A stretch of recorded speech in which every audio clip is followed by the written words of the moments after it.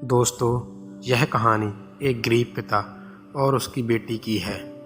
एक बार वह गरीब व्यक्ति अपनी बेटी को उसके स्कूल से लेकर शहर के एक महंगे होटल में पहुंचा। उस व्यक्ति ने फटे पुराने कपड़े पहने हुए थे और उसकी बेटी स्कूल की ड्रेस पहनी हुई थी। जब दोनों होटल के अंदर पहुंचे तो वेटर ने पूछा, सर आप क्या खाना पसंद करेंगे? आप अपना ऑर्डर बता दीजिए। तब उस व्यक्ति ने कहा कि आप मेरी बेटी के लिए एक प्लेट पाव भाजी लेकर आइए बस। वेटर ने कहा, सर आप कुछ नहीं लेंगे? आपके लिए भी कुछ लेकर आऊं? तो गरीब व्यक्ति ने कहा, मेरे लिए कुछ नहीं, आज मेरी बेटी के लिए पार्टी है।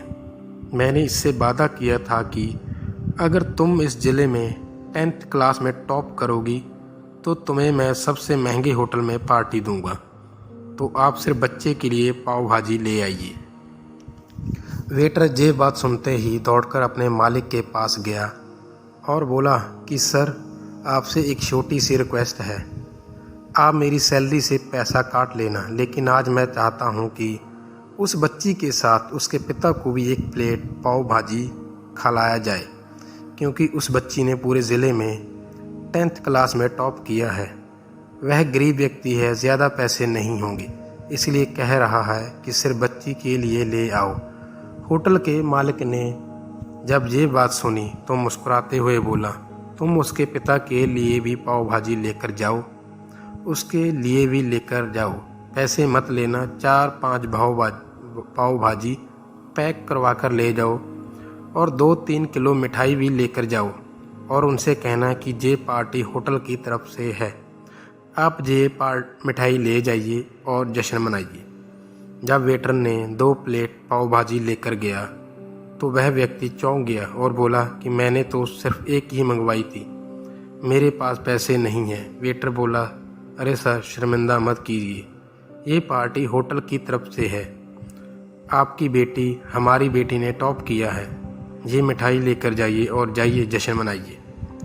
पिता और बेटी बहुत खुश हो गए और चले गए। कई साल बीत गए। उस गरीब व्यक्ति की लड़की अब यूपीएससी की तैयारी करके कलेक्टर बन चुकी थी और इत्तेफाक से उसी शहर में उसकी पोस्टिंग हुई थी। उस लड़की ने उस होटल में सूचना पहुंचा दी कि मैं उस होटल में लंच करने के लिए आ रही हूं। होटल के मालिक ने जब ये सुना तो होटल को पूरी तरह से सजा दिया। गांव में ये बात पूरी तरह फैल गई और कस्बे के सभी लोगों ने देखने के लिए आने लगे। कलेक्टर अपने पिता के साथ होटल में पहुंची। कलेक्टर ने होटल के मालिक से कहा कि शायद आपने हमें पहचाना नहीं, हम वही पिता पुत्री हैं जिनको आपने 10th क्लास में टॉप करने पर पार्टी दी थी। हम वही पिता पुत्री हैं, आज फिर से आए हैं और आज पार्टी हम देंगे आपको, आपके पूरे स्टाफ को और पूरे गांव को, क्योंकि आपने हमारी गरीबी का सम्मान किया है। आपने उस दिन जो पार्टी दी थी मुझे बताया कि मुझे कितनी और ऊंचाई तक पहुंचना है, कितनी और बड़ी मंजिल को छूना है। आपने एक नई प्रेरणा दी थी और आज मैं उसी प्रेरणा का एहसान चुकाने के लिए आई हूँ। वो मैडम ये सब कहते जा रही थी और आँखों से आंसू बहते जा रही थी।